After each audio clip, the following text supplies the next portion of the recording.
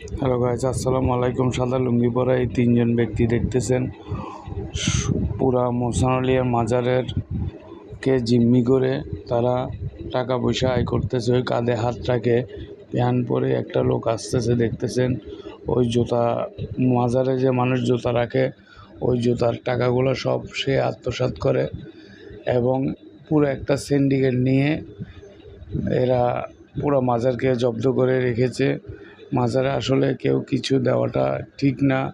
মৃত মানুষ তো কারো কাছে কিছু চায় না, কিন্তু তাদের কারণে মাজারের দুর্নাম হচ্ছে। এই লোকটিকে দেখতেছেন ছাতি নিয়ে আসতেছে। উনি এখন ওই ছাগল মুরগি যেগুলো পরে দেখতেছেন, মুরগিটা নিয়ে ওনার বাসার দিকে চলে যাচ্ছে। ছাগলটা নিয়ে একটি ব্যক্তি ছাগলটি মাজারে এসে দান করেছে, ওই ছাগলটি নিয়ে ও চলে যাচ্ছে বাসায়। ওটা হচ্ছে তার ছেলে।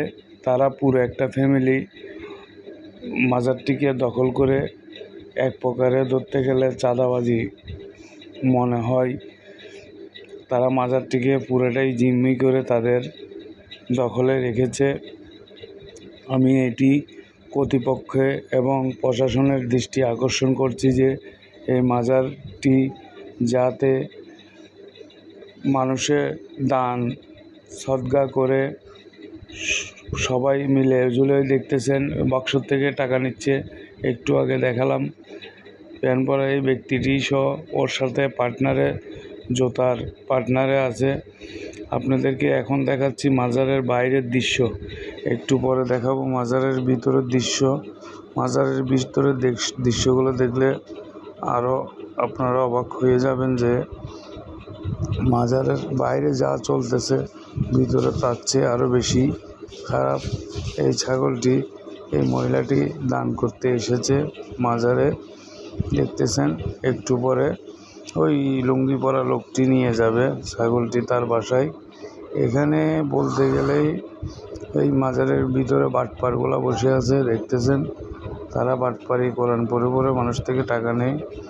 এই হচ্ছে মোহসেন আলিয়া মাজারের দৃশ্য।